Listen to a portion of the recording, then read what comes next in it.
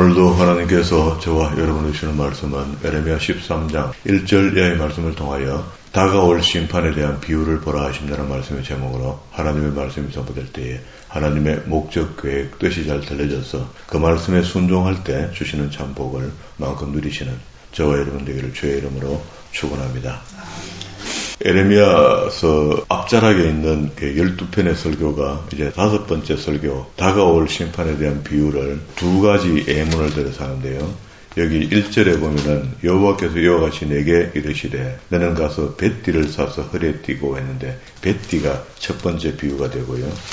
뒤에 보면은 12절에 그러므로 너는 이 말로 그들에게 이르기를 이스라엘의 하나님 여호와의 말씀에 모든 가죽 푸대가 포도주로 차리라 하는 이 가죽 푸대, 이거 원어를 보면은요 히브리어 네벨인데 항아리, 그 옛날 성경에는 모든 병에다가 채우고 이렇게 나와 있거든요. 그러면 항아리가 병이죠.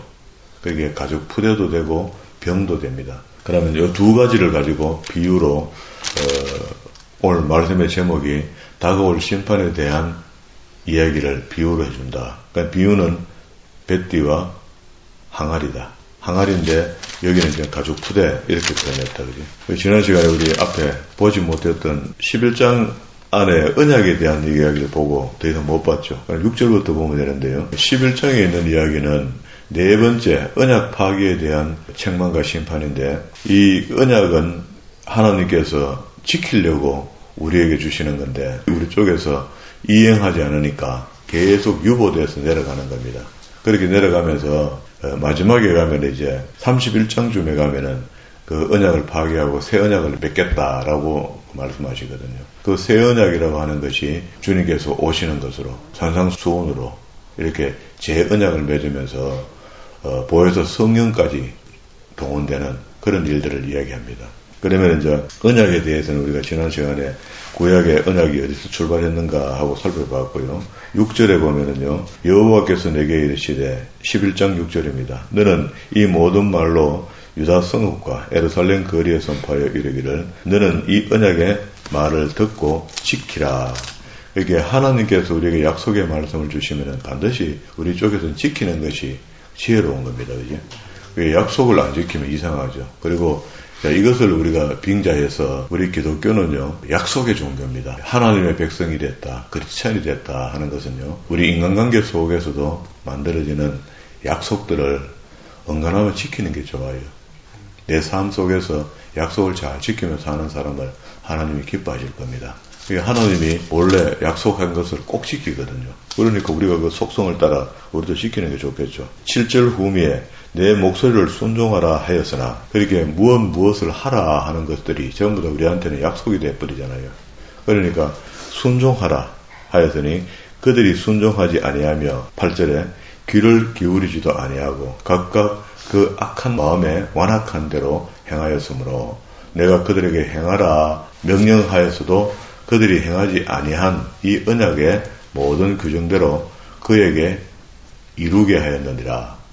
그게 언약의 규정 이렇게 하면은 쉽게 얘기하면 오경 속에 보면은 모든 언약이 맺어지고 그 언약대로 끝에다가 축복을 선포하는데요.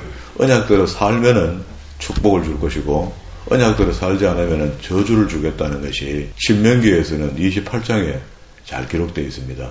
그래서 우리는 이 신명기 28장에 있는 말씀을 굉장히 탐을 내잖아요. 신명기 28장에 한번 가봅시다. 신명기 28장에 보면 앞에 있는 이야기들이 이제 율법을 12장부터 상세하게 설명을 하고 그리고 난 뒤에 이렇게 살면은 하나님께서 복을 주시겠다 하고 순종에 따르는 복과 불순종의 저주에 대한 이야기를 하거든요. 그러면 이제 26장까지 마지막에 법을 서술해내고요. 그리고 난 뒤에 27장에서 돌비를 제작하고 축복과 저주 선포식을 하랍니다. 에발산에 올라가서 저주를 퍼붓고 그리고 또 그리심산에 올라가서 축복을 선포하는 거야. 선포하면은 이때 이제 우리가 온 천지에 하나님께 제사를 드리는 동안에 12지파 중에 6지파가 그리심산에 올라가서 축복을 선포하고 축복 선포하면 그 축복이 양탄자처럼 쭉 다니는 것 같아요. 그리고 또 저주를 또 선포하는 것이 저주가 양탄자같이 또 우리 날아다니다가 복 받을 사람이 있으면 복을 부어주고 저주받을 사람이 있으면 저주를 부어줄 것 같은 그런 느낌이라. 그죠? 축복과 저주 의식이 있고, 그리고 28장에 와서 내가 내 하나님 여호와의 말씀을 삼가 듣고 내가 오늘 내게 명하는 그 모든 명령을 지켜 행하면이죠. 행하면 받을 것과 행하지 않으면 받을 것. 두 개 받는데 하나는 저주고 하나는 축복입니다. 그렇게 해서 14절까지가 축복이 되는 거고요. 15절부터 이렇게 하지 아니하면 하면서, 그러면 이제 앞에 있는 1절부터 14절까지 있는 이야기가 중요는 하지만 실제로 교회에서 가르쳐야 될 이야기는 15절부터 마지막 68절까지입니다. 3배나 돼요. 앞에 것보다. 이 많은 이야기들을 잘 가르쳐서 이 저주를 잘 가르쳐서 저주 받을 짓을 안 하면은 앞에 있는 들어가도 나가도 복을 받는 거, 무한한 복을 하나님께서 그냥 주시겠다는 겁니다. 그렇게 하지 않을 것을 가리키는 것이 더 지혜롭겠죠, 사실은. 그런데 우리 교회는 그렇게 하지 않고, 그렇게 이 복받을 이야기를 1절부터 14절까지 이야기를 이거를 가리킨 겁니다. 이거를 가리키면은 그 받으려면은 어떻게 해야 됩니까? 뒤에 15절부터 68절까지 있는 이야기대로 안 살아야지 이걸 받거든요. 그럼 이걸 가리켜야 되죠. 의미상으로 봤을 때 뒤에 걸 가리켜야지 이게 지혜로운 거 아닙니까? 그런데 그걸 가리키면 성도도 싫어합니다. 아이고, 목사님 또 오늘 찝찝한 이야기하고 무거운 이야기하고 하나님의 진노의 음성을 이야기하시네. 이렇게 싫어한다고. 참 신기하죠. 몸에 좋은 약이 쓰다 하죠. 그게 하나님의 말씀이 그런 겁니다. 90% 정도, 80%를 봅시다. 한 80% 정도가 하나님의 진노의 음성을 기록해 놨거든요. 그리고 나머지 한 20%가 잘 되고 잘 된다. 복된 이야기를 이야기합니다.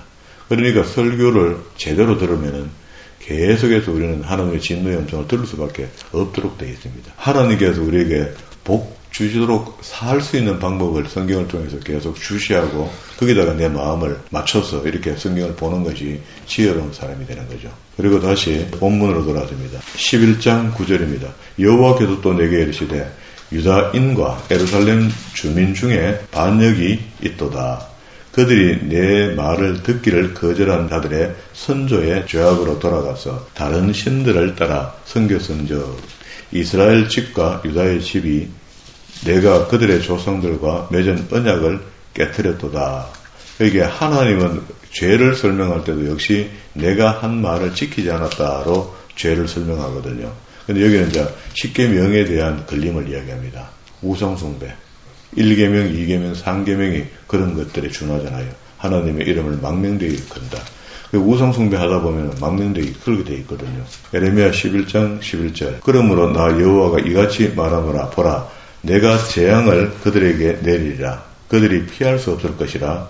13절로 내려옵니다. 유다야, 내 신들이 내 성읍의 수와 같도다. 이게 지금 무슨 소리입니까?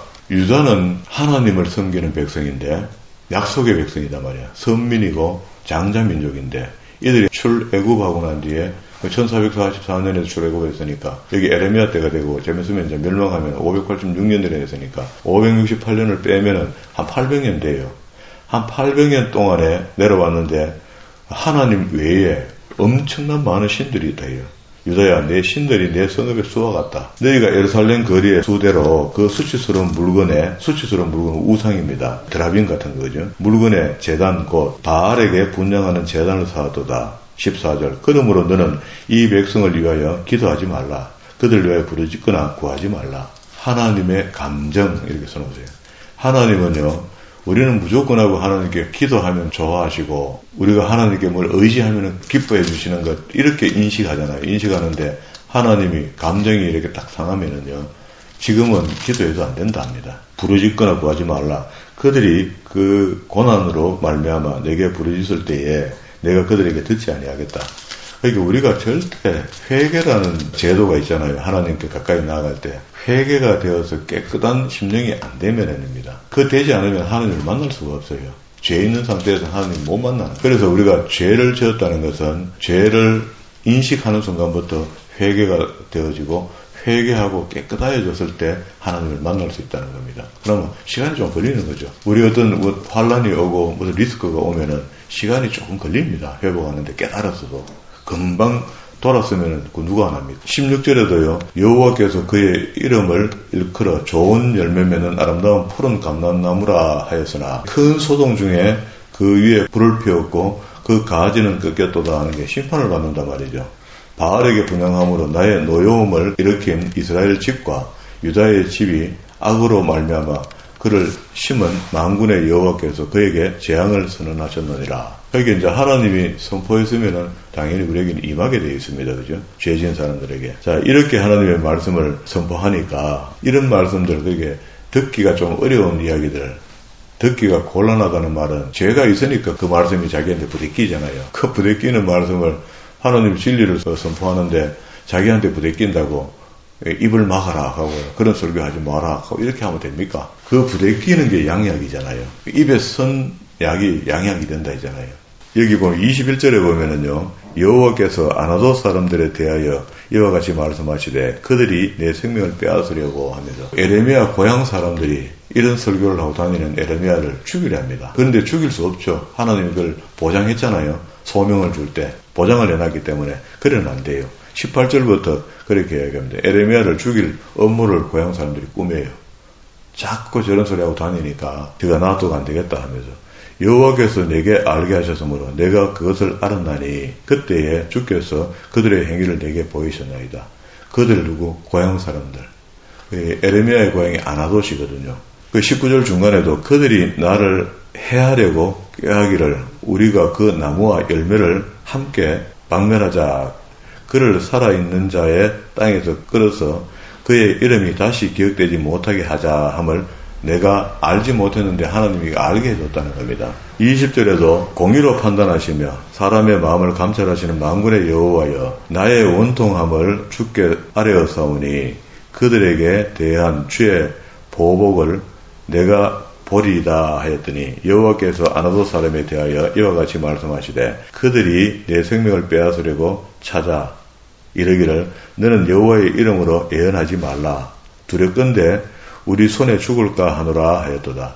여호와의 이름으로 예언하지 말라. 예언 동그라미 치고 이거는 미래를 예언하는 게 그런 거 아닙니다. 성경의 예언들은 거의 다 말씀을 이야기하는 겁니다. 성경 말씀, 하나님의 말씀을 대언하는 거 이걸 지금도 우리가 예언의 말씀이죠.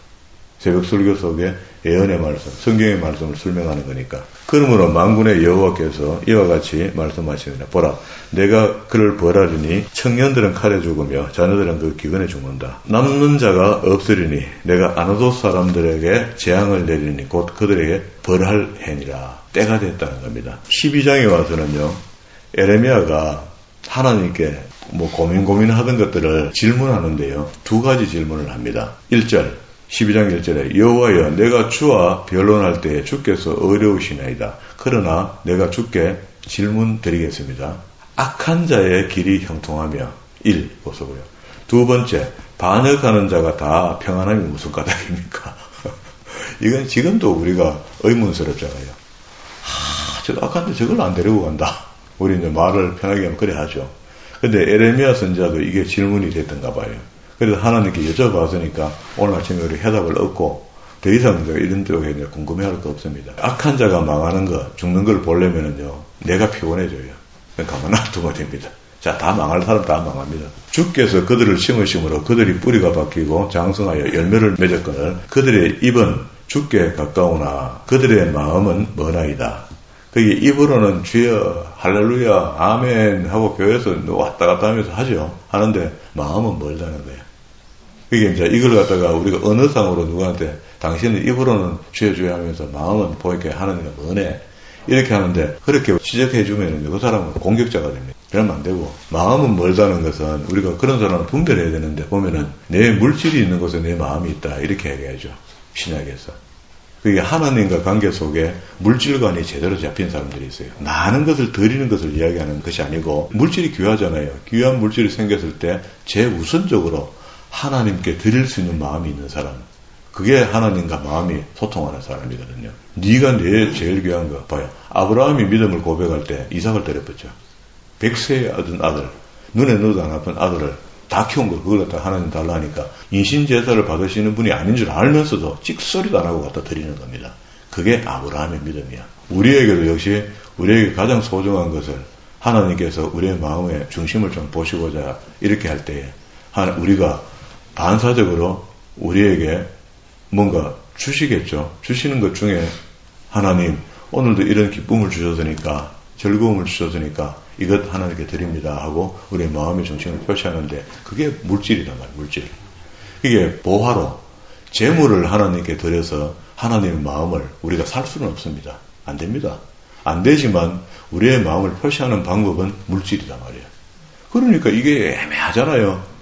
어떻게 하면 궁색한 사람이 되어버리고 하나님 관계가 멀어져 버리고 우리 마음을 드리지 못하는 사람이 되어버리고 이상하게 된다고.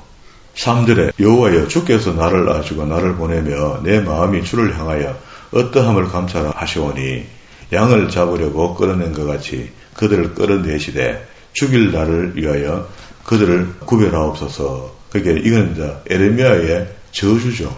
이건 말은 곱상스럽게 하는데 저주 아닙니까? 축복권을 가진 사람은 저주권도 있습니다. 그게 이제 교회가 목사들이 이제 협박하듯이 이야기하는 게 목사한테 함부로 하지 마라. 축복도 얻지만 저주도 얻을 수 있다. 이렇게 이야기하죠. 그게 어떤 면에서는 맞고 어떤 면에서 틀려요. 맞는 수가 있으니까 조심하는 게 좋아요. 관계성 속에. 언제까지 이 땅이 슬퍼하며 온 지방의 채소가 마르리까? 하나님이 왜 심판 안 하고 그냥 징이 겁니까? 짐승들과 새들도 멸절하게 되어서오니 이는 이 땅 주민이 악하여 스스로 말하기를 그가 우리의 나중 일을 보지 못하리라 함이니이다. 그렇게 지켜보면 안 돼요. 하나님의 수가 길기 때문에 우리는 그냥 저분도 좀 있으면 하나님의 판결을 받겠구나 하고 말아버려야 되지. 그러니까 응답합니다. 응답. 저주로 기도했더니 5절에 만일 내가 보행자와 함께 달려도 피곤하면 어찌 능히 말과 경주하겠느냐. 내가 평안한 땅에서는 무사하려니와 요단 강물을 넘칠 때 이 말은 다시 1년에 우기 때가 있거든요. 우기 때만 요단이 넘친단 말이야. 때가 되면 이런 말입니다. 그죠? 1년 내에 한 번이니까 곧 때가 된다 이 말이다. 심판한다. 내 형제와 아버지의 집이라도 너를 속이며 내 뒤에서 크게 외치나니 그들이 내게 좋은 말을 할지라도 너는 믿지 말라. 그러니까 이제 하나님의 사역자가 되면은요, 결국은 신약에서 그렇게 이야기하죠. 내 집과 내 형제와 자매와 부모와 모든 게 네 적이 된다. 그리스도의 십자가를 지고 또 제자의 삶을 살려고 마음을 먹으면은요, 모든 게 다 원수가 된다는 겁니다. 네 집에 있다고 처음부터. 7절에 내가 내 집을 버리며 내 소유를 내던지며 내 마음으로 사랑하는 것. 내 마음으로 사랑하는 것이 뭡니까? 첫째는 뭐 자녀가 되겠죠. 남편이 되겠죠. 아내가 되겠죠. 그런데 그러다가 포괄적으로 보면 재물이 되겠죠. 제일 아까운 거. 만몬이즘.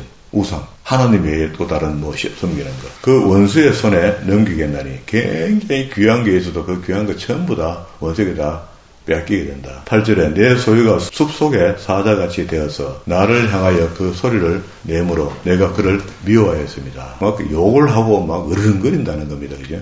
하나님이 나한테 이럴 수가 있습니까? 9절 후미에도 끝에도 모아다가 그것을 삼키게 하겠다.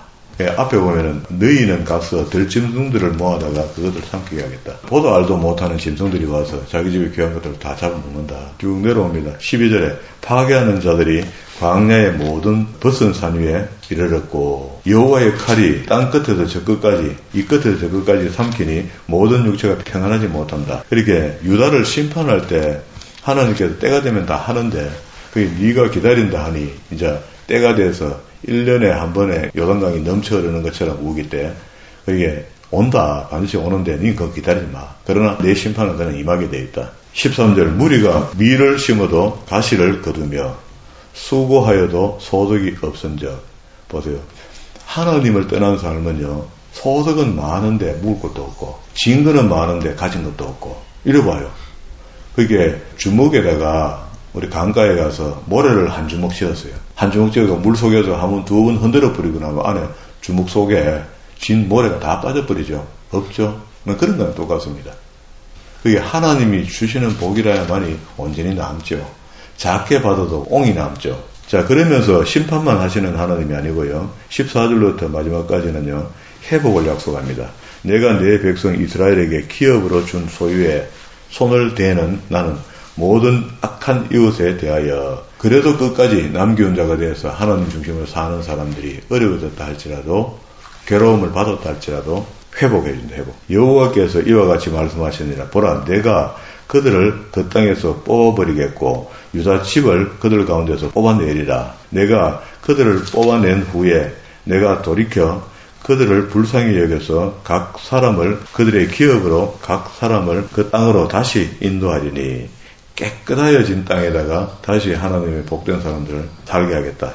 그들이 내 백성의 도를 부지런히 배우며 살아있는 여호와라는 내 이름으로 맹세하기를 자기들이 내 백성을 가리켜 바알로 맹세하게 한 것 같이 그 우상 숭배는 열정과 열심으로 하나님을 섬기면 이런 말입니다. 옛날에 그 경험들이 있으니까 그들이 내 백성 가운데서 세움을 이끌니와 복을 얻게 된다 이 말이죠. 그들이 순종치 아니하면 보세요. 아무리 흉내를 잘 내도 순종과 불순종 사이에 있습니다. 그냥 불순종하면은 국물도 없고 순종하면은 뒹굴어 가든지 간에 그는 복을 받도록 되어 있습니다. 그죠? 그러니까 이제 복을 받지 못한다는 것은 하느님과 내 관계 속에 뭔가 고장난 곳이 있다. 이렇게 생각하면 돼요. 그래도 아니다 하고 정리를 해보니 그렇다고 본다면은 내가 욕심이 있는 겁니다. 많이 받으려 하는 욕심이 있는 거라. 많이 일하려는 욕심이 있는 거라. 이것도 일도 줄이면 되겠죠.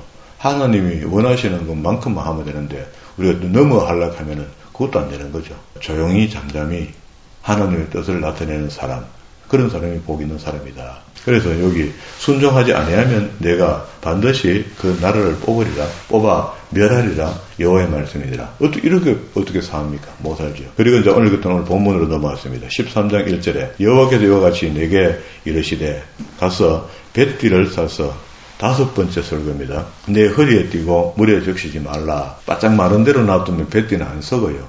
그런데 물을 묻혀 놓으면은요, 이게 잼에서만 사가 봅니다. 그게 땡기면은 뱃띠가 띈데 어디 좀 끈처럼 돼야 되는데 그게 툭 터진다고. 그렇게 하는 것을 여기 4절에 보면은 너는 사서 내 허리에 띈 띠를 가지고 일어나서 유브라데로 가라. 여기 에루살렘에서 유브라데까지 걸어가면 6개월 정도 걸린대요. 저 바벨론 쪽으로 올라가야 되니까. 6개월 동안 걸어 올라가서 강물 속에다가 돌을 들고 그 밑에 돌에다가 그 뱃띠를 꾸깃꾸깃 넣어놨다가 다시 집에 돌아오니까 또 가라 하는 거야. 그게 왔다가 바로 가도 1년 걸립니다. 왔다 갔다. 맞죠? 왔다 갔다 1년 걸리는데 그러면은 한번 가는데 6개월, 돌아오는데 6개월, 왔더니 또 가가 확인해 보라 하잖아. 그러면 2년입니다. 그죠? 그러면 2년 동안 하나님께서 이 뱃띠 시험을 하셨는가? 에레미야에게. 그게 이제 좀 이상하죠. 여기 있는 유브라데로 가서 하는데 이 유브라데가요, 원어를 보면은 프라트 하는 히브리어인데 샘, 원천, 이렇게 해서 쓰인다는 겁니다. 샘과 원천으로 쓰인다면은, 그러면은 그 에루살렘에 보면은 에루살렘 성에 물을 공급하는 샘이 꼭 가까운 데 있거든요. 그러면은 유브라데 강까지 가서 6개월 동안 해갖고 그 총 해보니까 2년 걸리는데 2년 동안 왔다 갔다 하면서 이 사역을 감당했겠단 말이죠. 그런 하는 동안에 그 중간에 에루살렘 사람들은 우회되는. 그렇게 보니까 공동 번역, 그리고 NIV 같은 다른 성경에는요, 이걸 샘으로 적어 놓은 겁니다. 유브라데 강이 아니고. 그러면 에루살렘 샘이 되는 거죠. 뒤에 있는 그 샘이 맞죠. 그 가까우니까 그 뒤에 쫄쫄 걸으면 몇 걸음 안 걸으면 되니까 가서 그 돌을 들치고 뱃띠를 넣어놨다가 다시 어느 정도 때가 되는데 가니까 가져와 하는 거예요. 가져오러 갔더니 말입니다. 여러 날 후에 6절에 여호와께서 내게 이르시되 일어나 유브라데로 가서 내가 내게 명하여 거기 감추게 한 띠를 가져오라 하기로 내가 유브라데로 가서 같은 곳을 파고 띠를 가져오니 띠가 썩어서 쓸 수 없게 됐다. 그게 소용없다 이 말입니다. 그러니까 어느 정도 시간이 흐르면은 소용없는 물건이 된다 이런 말인데요.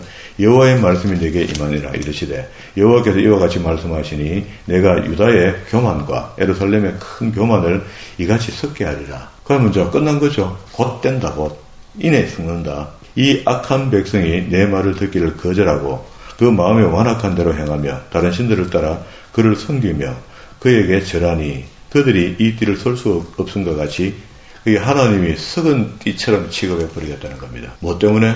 우상 숭배하고 하나님의 약속을 어기고 순종치 않으니까. 11절 여호와의 말씀이니라 띠가 사람의 허리에 속한 같이.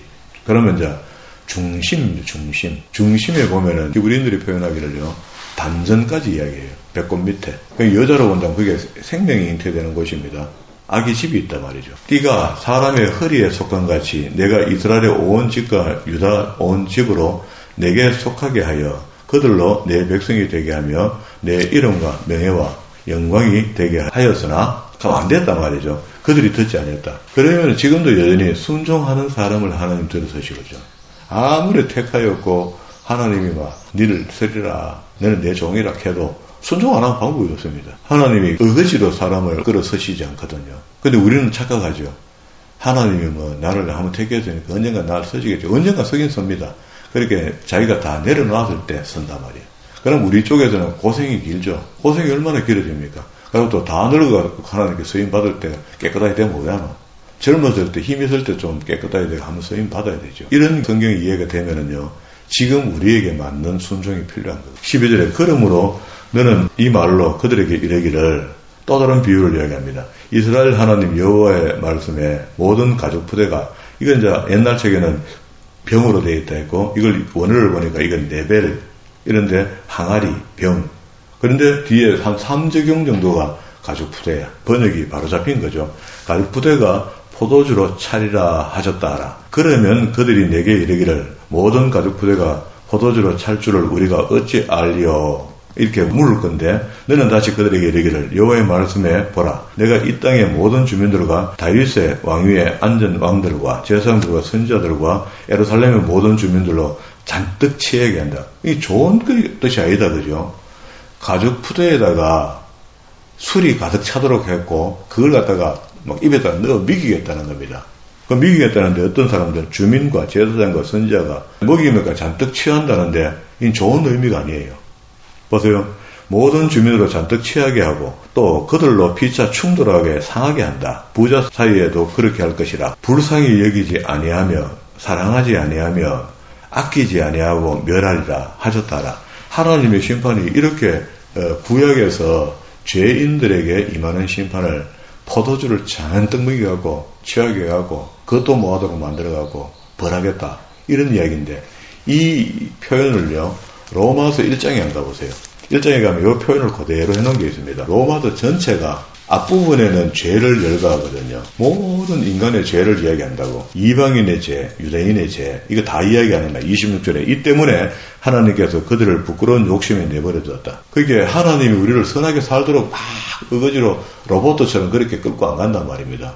도깨비 방망이가 안 된다고, 우리한테. 근데 우리를 지켜보면서 우리를 올바른 길로 갈 수 있도록 푸시도 해주지만, 그러게 우리가 하나님을 신뢰하고 우리 스스로가 하나님을 신뢰한다 하고 따라갈 때 그를 옳게 봐주는 거거든요. 그래서니 그들을 부끄러운 욕심에 내버려 주셨으니 곧 그들의 여자들도 순리에 설 것을 받고 영리로 서며 그와 같이 남자들도 순리대로 여자로 서기를 버리고 서로 향하여 음행을 부릴 듯하며 남자가 남자를 더불어 부끄러운 일을 행하며 그들이 그릇됨을 상당히 보응을 그들의 자신이 받았고 그렇게 살았고 그렇게 했고, 여기는 이제 음행이라는 것은 우상숭배에 대한 이야기들을 성경을 많이 비춰서 이야기하니까. 두 번째 28절에 또 그들이 마음에 하나님 두기를 싫어한다. 하나님 두기를 싫어하는 것이 죄죠. 하나님께서 그들을 그 상실한 마음대로 내버려 두사 합하지 못한 일을 하게 하셨으니, 세상에 하나님이 반칙입니다. 우리한테 좋으신 하나님이 있는데 어떻게 하나님이 우리한테 죄를 지도록 가만 놔두고 방관하시고 마음대로 살도록 놔두냐 말이야. 실컷 죄질하고 놔둔다는 겁니다. 죄를 따라가는 우리에게 곧 모든 불의와 추악과 탐욕과 악의에 가득한 자요, 시기, 살인, 분쟁, 사기, 악독 이 가득하고 수근수근하는 자고 비방하는 자고 하나님께서 미워하시는 자요, 능욕하시는 자요, 교만한 자요, 자랑하는 자요, 악을 도모하는 자요, 또 부모를 거역하는 자요, 31절 우매한 자요, 배역한 자라, 무정한 자라, 무자비한 자라. 32절 그들이 이같이 악을 행하는 자는 사형에 해당한다고 하나님께서 정하심을 뻔히 알고도 자기들만 행할 뿐만 아니라 주변 사람들에게 동원해서 같이 죄짓자 이렇게 한다는 겁니다. 죄의 속성이 이렇다는 거라. 이게 흔들리는 마음에 그냥 놔둔다는 겁니다. 또 그런 일을 행하는 자들을 옳다 인정하고 동요하고 동조하고 한 통속이 돼간다. 다시 본문으로 가봅시다. 13절 후미에 중간에 봅시다. 이 땅의 모든 주민들과 다윗의 왕위에 앉은 왕들과 제사장들과 선지자들과 예루살렘 모든 주민들이 잔뜩 취하게 하고 또 그들을 피차 충돌하게 하여 상하게 하되 부자 사이 그들이 불쌍히 여기지 아니하며 사랑하지 아니하며 아끼지 아니하고 멸하리라 하셨다 하라. 여호와의 말씀이니라. 그 신약이 똑같죠. 구약의 죄는 다르고 신약의 죄는 다르고 이렇지 않습니다. 똑같습니다. 그렇게 해서 하나님께서 이 비유를 주면서 충분히 죄를 설명했고 신약에서 그 죄를 우리 로마서에서 읽어봤으니까 그런 엄청난 죄의 덩어리 속에 들어간다는 겁니다. 그런데 하나님 왜 우리를 안 봐주시나 말이야. 그걸 뻔히 알면서. 그런데 신약에서 아까 보니까 뭐랍니까? 내버려 둔다 하죠. 죄를 좋아하니까 네 죄 짓고 있어 보라마. 그럼 우리 쪽이 어찌 됩니까? 결과는 뭡니까? 지옥을 가는 거죠. 탈락이죠. 그런데도 불구하고 하나님께서 우리에게 회개의 기회를 준다는 겁니다. 여기 뒤에 15절부터 그러니까 회개해 빨리. 징집 행하는 죄에 대해서는 사할 제사가 없다고 구약은 이야기합니다. 그런데 우리는 죄 지어도 예수 그리스도의 보혈의 피로 매일같이 거듭거듭 짓는 죄를 회개시킬 수 있도록 돼 있거든 지금은. 그러면은 그렇게 지금은 예수의 피가 거듭 우리의 짓는 죄를 거듭거듭 회개하니까 거듭거듭 용서해 주니까 거듭거듭 죄를 짓고 살아야 되겠다 이렇게 살아라는 이야기가 아니잖아요. 예수님의 마음은 한 사람이라도 더, 하나님의 뜻은 한 사람이라도 더 천국 보내려고 또 실수하는 사람에게 기회를 주고 또 실수하는 사람에게 기회를 주는 거지. 거듭 죄를 지어서 거듭 용서를 받고 회개하고 돌아오고 또 죄 짓고 또 회개하고 돌아오고 이렇게 하라 하는 게 아니잖아. 그러니 우리가 한 번 죄를 지어서 깨닫게 하면은요, 그 죄를 깨닫고 어머야 이게 죄구나 하고 알아차리고 더 이상 안 지어야 돼요. 그럼 계속 극하면은 진짜 하나님만 가겠습니까? 우리가 가듯이 우리가 말 안 듣는 자식을 보면 진짜 니 내 참 안 가겠습니까? 그런 상황이 된다고. 여기까지. 지금도 여전히 우리는 죄하고 실험하고 있잖아요. 그러니까 구약에서 그 수많은 사람들도 다 죄 때문에 이렇게 했는데 그때 주류를 이룬 것이 보니까 우상숭배였습니다.